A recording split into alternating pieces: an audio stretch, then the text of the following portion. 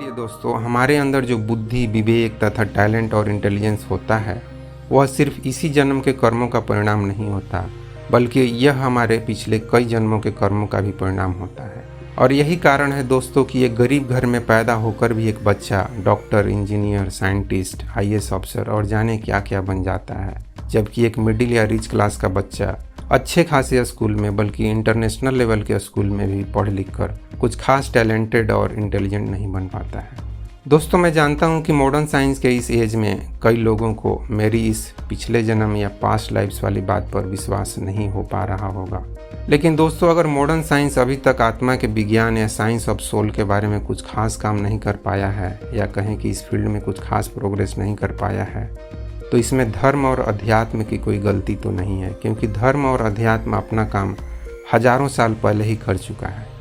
इसलिए दोस्तों मैं कहना चाहता हूँ कि आप बस अपनी आत्मा या बेंजिन रिंग को अनुभव कीजिए, उसकी शांति और स्पेस को जितना हो सकता है उतना अनुभव कीजिए, और इस अनुभव करने की क्षमता को बढ़ाते जाइए और इसे बढ़ाकर एक सीटिंग के लिए 8 से 10 मिनट तक कर लेकर जाइए।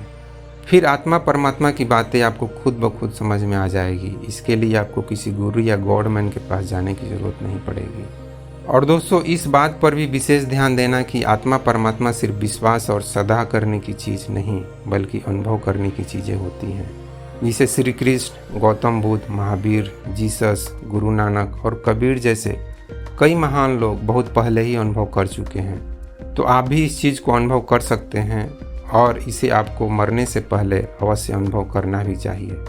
और दोस्तों मैं आपको कभी भी मेरी बातों पर आंखें बंद करके विश्वास करने के लिए नहीं कहूँगा, और ना ही मैं कभी किसी गुरु या गॉडमैन की तरह फेथ, ट्रस्ट और समर्पण जैसी कोई बेतुकी बात करूँगा, बल्कि मैं जो कुछ भी कहूँगा और कह रहा हूँ साइंस के फैक्ट्स को ध्यान में रखते हुए कह रहा हूँ।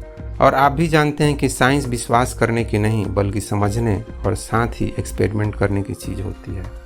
और दोस्तों साइंस एंड स्पिरिचुअलिटी जैसी चीज़ों का संबंध किसी भी देश, धर्म और जाति से नहीं होता, बल्कि इसका सीधा संबंध आदमी से होता है, अर्थात आपसे होता है। इसलिए मेरे कॉन्सेप्ट को दुनिया का कोई भी व्यक्ति अपने जीवन में प्रयोग करके, अर्थात एक्सपेरिमेंट करके इसे अनुभव कर सकता है। और दोस्तों मेरे कॉन्सेप्ट के बारे में अगर आपके मन में कोई भी सवाल हो तो आप उसे कमेंट बॉक्स में ज़रूर पूछें, मैं उसका जवाब ज़रूर दूंगा। और मैं तो कहता हूं दोस्तों कि आप पहले अपनी आत्मा की शांति और ताकत को बढ़ाएं, और फिर जीवन से संबंधित जो भी आपके सवाल हैं उसे आप अपने आप से पूछें, अर्थात आप अपने अंदर ही आत्मचिंतन करें। ऐसा करने से आपके अंदर से जो जवाब मिलेगा वह जवाब निश्चित रूप से आपके लिए सबसे बेहतर जवाब होगा, जिस पर आप निसंदेह सबसे ज़्यादा भरोसा कर पाएंगे। तो दोस्तों इस उम्मीद के साथ कि आप अपनी आत्मा को अनुभव करने के प्रयास में सफल होंगे, और साथ ही साथ अपने अंदर के टैलेंट और इंटेलिजेंस को भी बाहर निकालने में भी सक्षम हो पाएंगे, ताकि पूरी ह्यूमैनिटी विकास के रास्ते पर आगे बढ़ सके। इस एपिसोड को मैं यहीं पर समाप्त करता हूँ। जय हिंद, जय भारत और जय विश्व, जय इंसानियत। और साथ ही दोस्तों जय हम सब की आत्मा और जय परमात्मा। बहुत बहुत धन्यवाद दोस्तों।